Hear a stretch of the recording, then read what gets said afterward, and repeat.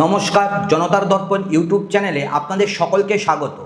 বন্ধুরা, একজন মানুষ বয়স 59, রামন ম্যাগসেসে পুরস্কার জয়ী, যিনি চাইলে আজ এসি ঘরে বসে আরাম করতে পারতেন, বিদেশি বিশ্ববিদ্যালয়ে বক্তৃতা দিয়ে বেড়াতে পারতেন, নিজের নামে তৈরি প্রতিষ্ঠানের সাফল্য উপভোগ করতে পারতেন, কিন্তু তিনি বেছে নিয়েছেন দিল্লির যন্তর মন্তরে রোদে পোড়া ঘামে ভেজা একটা ফুটপাথ।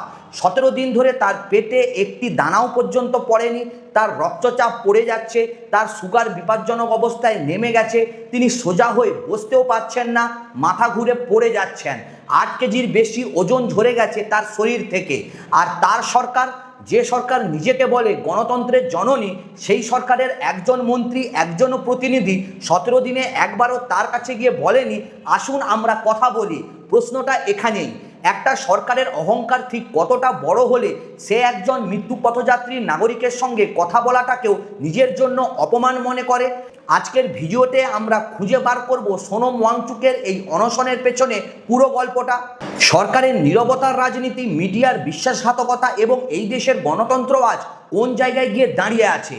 আজ 14ই জুলাই দিল্লির যন্তর মন্তরে সোনম ওয়াংচুকের অনশনের 17তম দিন। 17টা দিন মানে 16টা রাত তিনি না খেয়ে কাটিয়েছেন, 16 বার সূর্য উঠেছে আর ডুবেছে, আর প্রতিবারই তার শরীর আরও একটু একটু করে ভেঙে পড়েছে। অথচ এই 17 দিনে সরকারের তরফ থেকে একটিও প্রতিনিধি দল আসেনি তার সাথে কথা বলতে, একটিও চেষ্টা হয়নি তার অনশন ভাঙানোর। এটা কোনো সাধারণ ঘটনা নয়। ভাবুন তো, একটা দেশে যেখানে প্রধানমন্ত্রী নিজেই দাবি করেন যে তিনি সবার সঙ্গে সংলাপে বিশ্বাসী, সেই দেশে একজন 59 বছর বয়সী দেশের সম্মানিত সমাজকর্মী, বিজ্ঞানী এবং শিক্ষাবিদ, যিনি লাদাখের মতো প্রত্যন্ত অঞ্চলের কণ্ঠস্বর, তাকে সরকার সম্পূর্ণ উপেক্ষা করে যাচ্ছে দিনের পর দিন। এই উপেক্ষাটা কি নিছকই অবহেলা, নাকি এটা একটা সুপরিকল্পিত রাজনৈতিক কৌশল? বন্ধুরা, একটু চিন্তা করে দেখুন তো, যদি সরকার তার সাথে কথা বলতে যায় তাহলে তাদের স্বীকার করতে হবে যে আন্দোলনের দাবিগুলো ন্যায্য। যদি তারা নীরব থাকে তাহলে হয়তো তারা ভাবছে সময়ের সঙ্গে সঙ্গে বিষয়টা চাপা পড়ে যাবে, মানুষ ভুলে যাবে, মিডিয়া অন্য খবর নিয়ে ব্যস্ত হয়ে যাবে। এই নীরবতাটাই কিন্তু নিছক উদাসীনতা নয়, এটা একটা হিসেব করা রাজনৈতিক জুয়া, যেখানে বাজি ধরা হচ্ছে একজন মানুষের জীবন পর্যন্ত নিয়ে। আর সবচেয়ে ভয়ঙ্কর প্রশ্নটা হলো, এই সরকার কোন থার্মোমিটার দিয়ে মাপে যে কখন একজন মানুষের জীবন সত্যিই বিপদে পড়ে? সোনম ওয়াংচুকের ওজন 8 কেজি কমে গিয়েছে, তার ব্লাড সুগার আর ব্লাড প্রেশার বিপজ্জনক পর্যায়ে চলে গেছে। সকাল 9টার মেডিকেল রিপোর্টেও এই অবনতির উল্লেখ স্পষ্টভাবে রয়েছে। তারপরেও কি সরকারের কাছে এটা যথেষ্ট গুরুতর বলে মনে হচ্ছে না? তাহলে তাদের মানদণ্ডে গুরুতর মানেটা ঠিক কি? এই প্রশ্নটা ওঠা একেবারে যুক্তিসঙ্গত। বন্ধুরা, অনশন হলো একটা ভয়ঙ্কর জিনিস। এটা এমন একটা প্রতিবাদ যেখানে অস্ত্র নিজের শরীর, নিজের জীবন। কেউ শখ করে অনশন করে না। যখন একজন মানুষের কাছে আর কোনো পথ খোলা থাকে না, যখন প্রতিটি দরজায় করাঘাত করেও কোনো সাড়া মেলে না, তখনই মানুষ শেষ অস্ত্র হিসেবে নিজের শরীরকে বাজি রাখে। সোনম ওয়াংচুকের সমর্থকরা এখন চরম উদ্বেগে রয়েছেন। তারা জানেন না তিনি আর কতদিন এভাবে টিকে থাকতে পারবেন। তাকে অনেকে অনুরোধ করেছেন অনশন ভেঙে ফেলতে, কারণ তারা আর সহ্য করতে পারছেন না তার এই ধীরে ধীরে ভেঙে পড়া। কিন্তু সোনম ওয়াংচুক নিজে বলছেন তিনি আরও চালিয়ে যেতে পারবেন। এই কথাটা যতটা না তার শারীরিক ক্ষমতার প্রমাণ, তার চেয়ে প্রমাণ করে তার মানসিক দৃঢ়তার। একটা মানুষ কতটা বিশ্বাস করেন তার উদ্দেশ্যে, যে নিজের জীবনকেও পণ হিসেবে বাজি ধরতে তিনি দ্বিধাবোধ করছেন না। এখন সমর্থকরা আবেদন জানাচ্ছেন বিরোধী দলগুলোর কাছে, কংগ্রেস বা কোনো রাজনৈতিক দল যেন এগিয়ে এসে সোনম ওয়াংচুককে অনুরোধ করে অনশন প্রত্যাহারের জন্য। কিন্তু বন্ধুরা, এখানেই একটা গুরুত্বপূর্ণ বাস্তবতা লুকিয়ে রয়েছে। কেন একজন সাধারণ নাগরিককে, একজন সমাজকর্মীকে তার নিজের জীবন বাজি রেখে সরকারের দৃষ্টি আকর্ষণ করতে হচ্ছে? গণতন্ত্রে তো এটাই হওয়ার কথা যে সরকার নিজের থেকে এগিয়ে আসবে, নাগরিকের কথা শুনবে। অথচ এখানে উল্টো ছবি, নাগরিককে মৃত্যুর দুয়ারে দাঁড় করিয়ে দিতে হচ্ছে যাতে সরকার একবার তাকিয়ে দেখে। এই প্রশ্নটা আজ গোটা দেশের সামনে রাখা দরকার। সরকারের সঙ্গে কথা বলার জন্য কি সত্যিই একজন নাগরিককে নিজের জীবনের বাজি ধরে রাখতে হবে? এটা কোন ধরনের গণতন্ত্র যেখানে সংলাপের একমাত্র মূল্য হলো মৃত্যুর ঝুঁকি? এবার আসা যাক বন্ধুরা মূল বিষয়, কেন এই অনশন, কি নিয়ে এত ক্ষোভ? মেডিকেল প্রবেশিকা পরীক্ষা নিটের প্রশ্নপত্র ফাঁস হয়েছে, লাখ লাখ টাকার বিনিময়ে জালিয়াতি চক্র ভাড়া করা হয়েছে, যারা প্রকৃত মেধাবী সৎ পথে পরিশ্রম করা পরীক্ষার্থীদের ঠেলে সরিয়ে দিয়ে অযোগ্য মানুষদের ডাক্তার বানানোর ব্যবস্থা করে দিচ্ছে। ভাবুন তো এর ফলাফল কি? যারা কাল আপনার আমার চিকিৎসা করবেন, যাদের হাতে থাকবে মানুষের জীবন মৃত্যুর সিদ্ধান্ত, তাদের একাংশ হয়তো মেধার বলে নয় প্রতারণার বলে সেই আসনে বসেছেন। এটা শুধু কিছু ছাত্রছাত্রীর ভবিষ্যৎ নষ্ট করার ব্যাপার নয়, এটা গোটা জাতির স্বাস্থ্য ব্যবস্থার ভিত্তিতে আঘাত। এই ভয়াবহ দুর্নীতির বিরুদ্ধে প্রতিবাদ করাটা কি এতটাই অপরাধ যে মোদী সরকার একজন মন্ত্রীকেও যন্তর মন্তরে পাঠানোর প্রয়োজন বোধ করল না? আন্দোলনরত শিক্ষার্থীদের সঙ্গে কথা বলবে, তাদের আশ্বস্ত করবে যে দোষীদের শাস্তি হবে, ব্যবস্থার সংস্কার হবে। আর সবচেয়ে আশ্চর্যের বিষয় হলো মূল প্রশ্নটাই আজ হারিয়ে যাচ্ছে। সরকারের জবাবদিহিতা নিয়ে যে প্রশ্ন ওঠার কথা ছিল তা পরপর আড়ালে চলে যাচ্ছে। বন্ধুরা, এখন সবাই বলছে সোনম ওয়াংচুক কবে অনশন ভাঙবেন, কেউ জিজ্ঞেস করছে না সরকার কবে কথা বলবে, শিক্ষামন্ত্রী কবে দায় স্বীকার করবেন, এনটিএর বিরুদ্ধে কবে ব্যবস্থা নেওয়া হবে। প্রশ্নের এই অভিমুখ ঘুরিয়ে দেওয়াটাই সবচেয়ে বিপজ্জনক কৌশল, যেখানে ভুক্তভোগীকেই দায়ী করে তোলা হয় আর প্রকৃত অপরাধী নিরাপদে থেকে যায়। যন্তর মন্তরে শুধু সোনম ওয়াংচুক একা নন বন্ধুরা, মূল মঞ্চের ক্যামেরার বাইরে একপাশে ত্রিপলের নিচে এআইএস এর 6 জন শিক্ষার্থী টানা অনশনে বসে আছেন। তাদের মধ্যে দুজনের অবস্থা এতটাই আশঙ্কাজনক হয়ে পড়েছে যে তাদের হাসপাতালে ভর্তি পর্যন্ত করাতে হয়েছে। প্রচণ্ড গরম আর অস্বস্তিকর আর্দ্রতার মধ্যে গত 25 দিন ধরে এই তরুণেরা দিনরাত ফুটপাতে পড়ে আছেন। তাদের পুরো জীবনটা এখন ফুটপাতেই বন্দি, অথচ সরকারের কোনো ভ্রুক্ষেপ পর্যন্ত নেই। বন্ধুরা, মহারাষ্ট্রের জলগাঁও থেকে আসা একজন সাধারণ রাজমিস্ত্রি, যার হয়তো নিজের জীবনে হারাজো সংকট আছে, তিনি নিজের কাজ ফেলে যন্তর মন্তরে এসেছেন সোনম ওয়াংচুকের সঙ্গে সংহতি জানাতে। ক্রান্তিকারী যুব সংগঠনের সদস্যরা গত 20 জুন থেকে লাগাতার আন্দোলনে আছেন।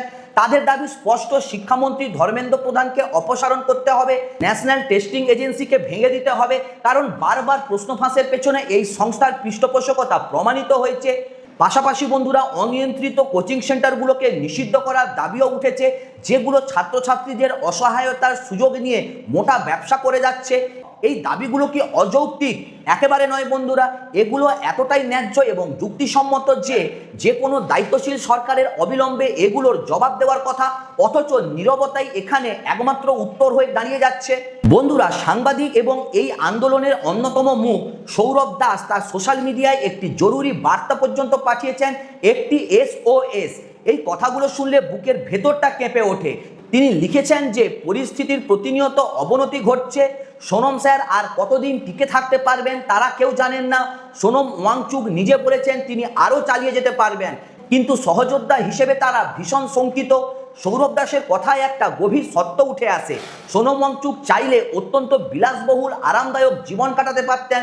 তিনি একজন র্যামন ম্যাগসেসে পুরস্কারজয়ী বিজ্ঞানী এবং সমাজকর্মী। তার যা অর্জন, তার যা সম্মান, তা দিয়ে তিনি অনায়াসে নিজের বাকি জীবনটা স্বাচ্ছন্দ্যে কাটাতে পারতেন, কিন্তু তিনি বেছে নিয়েছেন এই কষ্ট, এই যন্ত্রণা শুধু আমাদের সন্তানদের জন্য, এই দেশের তরুণ প্রজন্মের জন্য। তিনি লড়ছেন সেই সব শিক্ষার্থীর হয়ে যারা এই দুর্নীতিগ্রস্ত শিক্ষা ব্যবস্থার শিকার হয়ে চরম হতাশায় আত্মহননের পথ বেছে নিয়েছেন।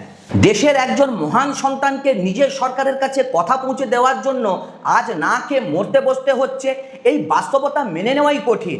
এটা কোনো সুস্থ গণতন্ত্রের ছবি একেবারেই হতে পারে না। যে দেশে একজন নাগরিককে তার কণ্ঠস্বর পৌঁছে দিতে নিজের জীবনের বাজি রাখতে হয়, সেই দেশ কি সত্যিই গণতান্ত্রিক বলে দাবি করতে পারে? আন্দোলনকারীদের দাবিগুলো একবার ভালো করে শুনুন।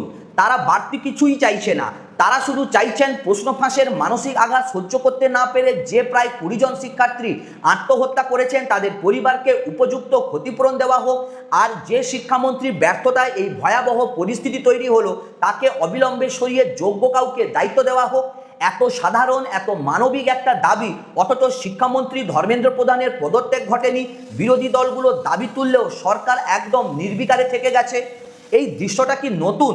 একেবারেই নয়। এই দেশে আগেও এমন দৃশ্য অনেকবার দেখা গেছে। বন্ধুরা, একবার মনে করুন তো 2023 সালের কুস্তিগীরদের আন্দোলনের কথা। অলিম্পিক জয়ী নারী কুস্তিগিররা মাসের পর মাস যন্তর মন্তরে রোদ জল ঝড় সহ্য করে বসে থেকেছেন, পুলিশি নির্যাতনের শিকার হয়েছেন প্রকাশ্য রাস্তায়, যা গোটা দেশ চোখের সামনে দেখেছে। কিন্তু সরকার তাদের সঙ্গে একটাও কথা বলেনি। শেষ পর্যন্ত হতাশ হয়ে সেই নারী খেলোয়াড়রা কুস্তি থেকে অবসর নেওয়ার ঘোষণা নিতে বাধ্য হয়েছিলেন। আন্দোলনের সময় তারা সংবাদ মাধ্যমের সামনে কেঁদে কেঁদে বলেছিলেন, আমাদের ক্যামেরার সামনে কথা বলতে হচ্ছে, কিন্তু রাতের নিউজ চ্যানেলে আমাদের আন্দোলনের খবর কেন দেখানো হচ্ছে না? এই একই প্রশ্ন আজ সোনম ওয়াংচুকের আন্দোলনেও প্রতিধ্বনিত হচ্ছে। মনে করুন কৃষক আন্দোলনের কথা, যেখানে শান্তিপূর্ণভাবে আন্দোলনরত কৃষকদের জঙ্গি এবং দেশদ্রোহী বলে আখ্যা দেওয়া হয়েছিল।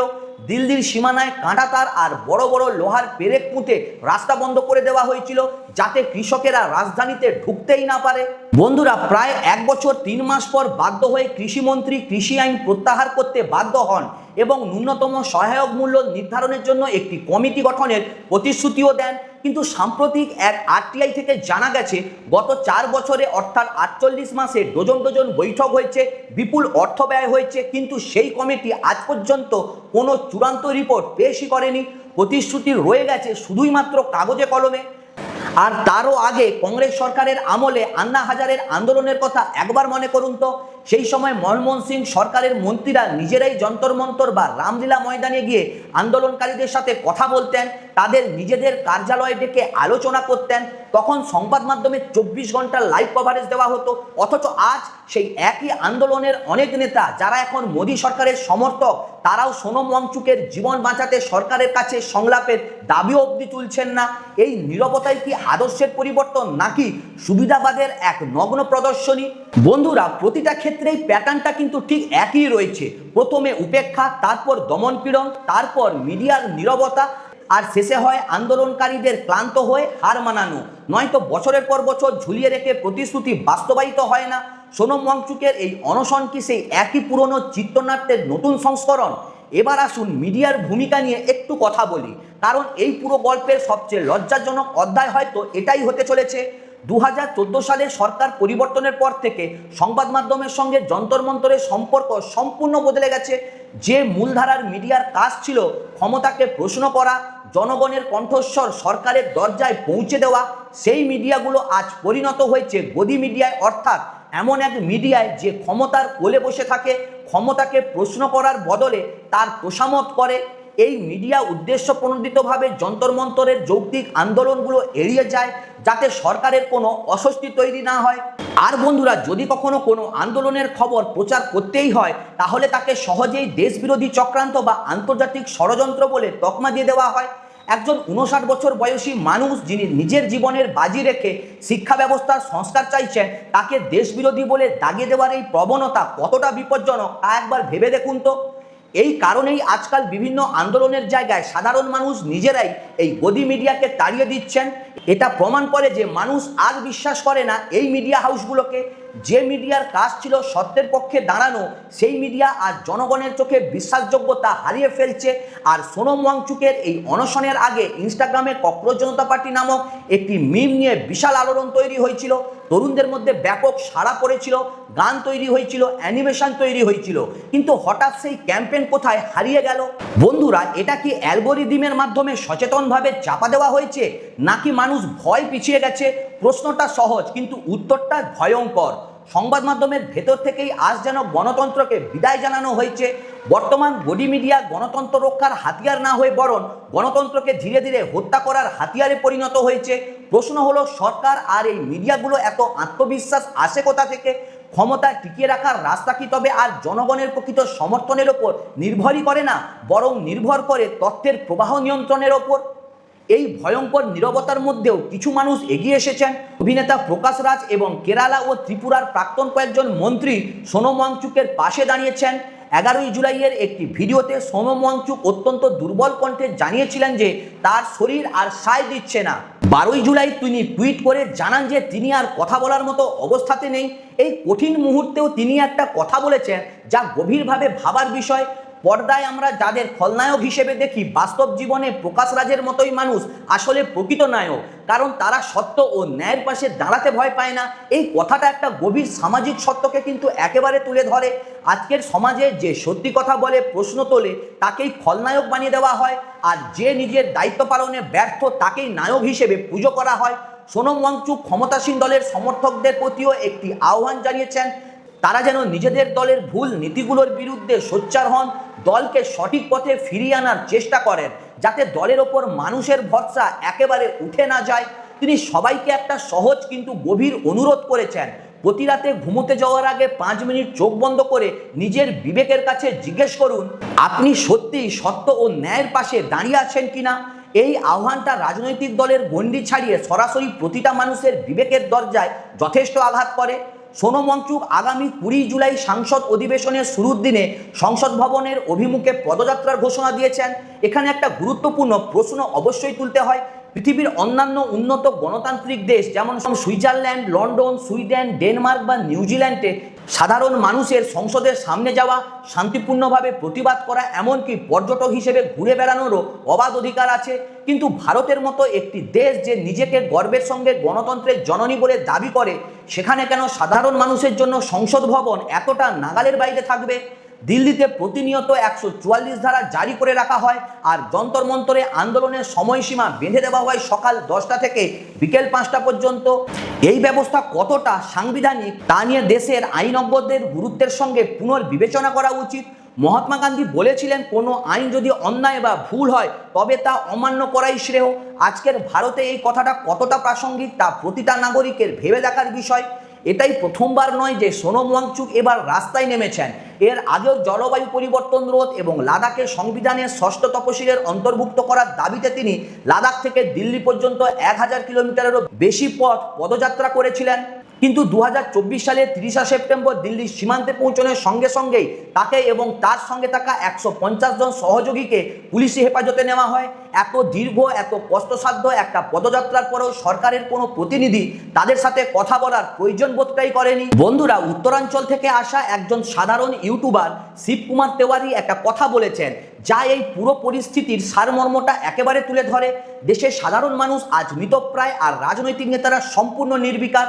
কিন্তু ভুল নীতির বিরুদ্ধে কথা বলার অধিকার প্রতিটি নাগরিকের রয়েছে, এবং সেই অধিকার কেড়ে নেওয়ার ক্ষমতা কোনো সরকারের নেই। এই পুরো ঘটনা প্রবাহ একটা বৃহত্তর প্যাটার্নের অংশ, যা শুধু শিক্ষা ব্যবস্থায় সীমাবদ্ধ নয়। নিট পরীক্ষার জালিয়াতি ছাড়াও সিবিএসই পরীক্ষায় খাতা মূল্যায়ন নিয়ে বহু প্রশ্ন উঠেছে, কিন্তু কোথাও কোনো জবাবদিহিতা নিশ্চিত করা হয়নি। এই একই অবহেলার ছবি দেখা যায় দেশের পরিকাঠামোতেও। একের পর এক ব্রিজ ভেঙে পড়ছে, এক্সপ্রেসওয়ে ধসে যাচ্ছে, অথচ কারো কোনো শাস্তি হচ্ছে না। এই ধরনের প্রতিটা ঘটনার পেছনে একটা সাধারণ সূত্র লুকিয়ে আছে, জবাবদিহিতার সম্পূর্ণ অভাব। যখন কোনো ব্যবস্থার মধ্যে ভুলের জন্য কাউকে দায়বদ্ধ করা হয় না, তখন সেই ভুল বারবার ঘটতেই থাকে। কখনো পরীক্ষার প্রশ্নপত্রে, কখনো ব্রিজের নির্মাণে, আবার কখনো রাস্তার গুণমানে। এই প্রেক্ষাপটেই একটা বড় কিন্তু সত্যি কথা বলতে হয়, আজ এই দেশের সরকার যেন হয়ে উঠেছে জমিদার, আর সাধারণ জনগণ যেন পরিণত হয়েছে তাদের ভূমিদাস বা বন্ধকি মজুরে, যেখানে জমিদারের কাছে প্রজার কোনো প্রশ্ন করার অধিকার পর্যন্ত নেই, শুধু মেনে নেওয়ার দায়িত্বটাই রয়েছে। সোনম ওয়াংচুকের এই শারীরিক অবস্থার অবক্ষয় শুধু তার একার ব্যক্তিগত ক্ষতি নয়, এটা আমাদের দেশের জরাজীর্ণ ক্ষয়িষ্ণু গণতন্ত্রেরই প্রতিচ্ছবি।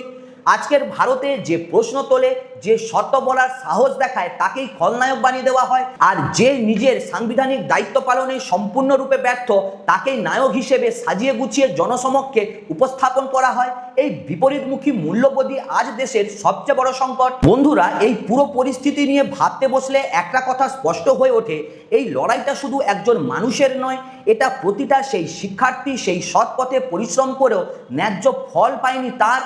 এইটা প্রতিটি সেই পরিবারের লড়াই যারা প্রশ্ন ফাঁসের যন্ত্রণায় নিজেদের সন্তানদের হারিয়েছেন। এটা প্রতিটি সেই নাগরিকের লড়াই যে বিশ্বাস করতে চায় গণতন্ত্র শুধু কাগজে কলমে নয়, বাস্তবেও টিকে রয়েছে। সোনম ওয়াংচুকের শরীর হয়তো দুর্বল হয়ে পড়েছে, কিন্তু তার তোলা প্রশ্নগুলো ততটাই শক্তিশালী, ততটাই প্রাসঙ্গিক থেকে যাচ্ছে। প্রশ্ন হলো, আমরা এই দেশের সাধারণ নাগরিকেরা কি শুধু দর্শক হয়ে থাকবো, নাকি আমরাও নিজেদের বিবেকের কাছে জিজ্ঞেস করব আমরা কোন পক্ষে রয়েছি? একটা সরকারের প্রকৃত শক্তি প্রমাণ হয় তখনই তখন সে তার সবচেয়ে কঠিন সমালোচকের সঙ্গেও বসে কথা বলার সাহস দেখায়। নীরবতা আর উপেক্ষা কখনো শক্তির প্রমাণ হতে পারে না, বরং এটা ভয়ের, অস্বস্তির আর দায় এড়ানোর সবচেয়ে স্পষ্ট প্রমাণ। বন্ধুরা, সোনম ওয়াংচুকের অনশন আজ 17তম দিনে পড়েছে। তার শরীর ভেঙে পড়েছে, কিন্তু তার দাবি অটুট রয়েছে। একটা সৎ, স্বচ্ছ শিক্ষা ব্যবস্থা, একটা জবাবদিহিতামূলক সরকার আর নাগরিকের কণ্ঠস্বর শোনার একটা প্রকৃত গণতান্ত্রিক পরিসর। এই দাবিগুলো কোনো বিপ্লবের ডাক নয় বন্ধুরা, এগুলো একটা সুস্থ গণতন্ত্রে থাকা প্রতিটি নাগরিকের ন্যূনতম এক্সপেকটেশন। আমরা যদি আজ এই প্রশ্নগুলি না তুলি, যদি আজ চুপ করে থাকি, তাহলে আগামীকাল হয়তো আপনাদেরই কারো সন্তান, আমাদেরই কারো পরিবার এমন এক পরীক্ষার শিকার হবে যার প্রশ্নপত্র আগেই ফাঁস হয়ে গেছে। তখন হয়তো আমাদেরই কারো প্রিয়জনকে নিজের জীবন বাজি রেখে সরকারের দুয়ারে আওয়াজ তুলতে হতে পারে। তবে প্রশ্নটা আজ শুধু সোনম ওয়াংচুকের নয়, প্রশ্নটা আজ আমাদের সকলের। আপনি কি মনে করেন এই বিষয়ে? নিচে কমেন্ট সেকশানে অবশ্যই জানান। ভিডিওটা ভালো লাগলে লাইক করুন, শেয়ার করুন আর চ্যানেলটা অবশ্যই সাবস্ক্রাইব করুন। সুস্থ থাকবেন, ভালো থাকবেন, দেখা হচ্ছে পরের ভিডিওতে। নমস্কার।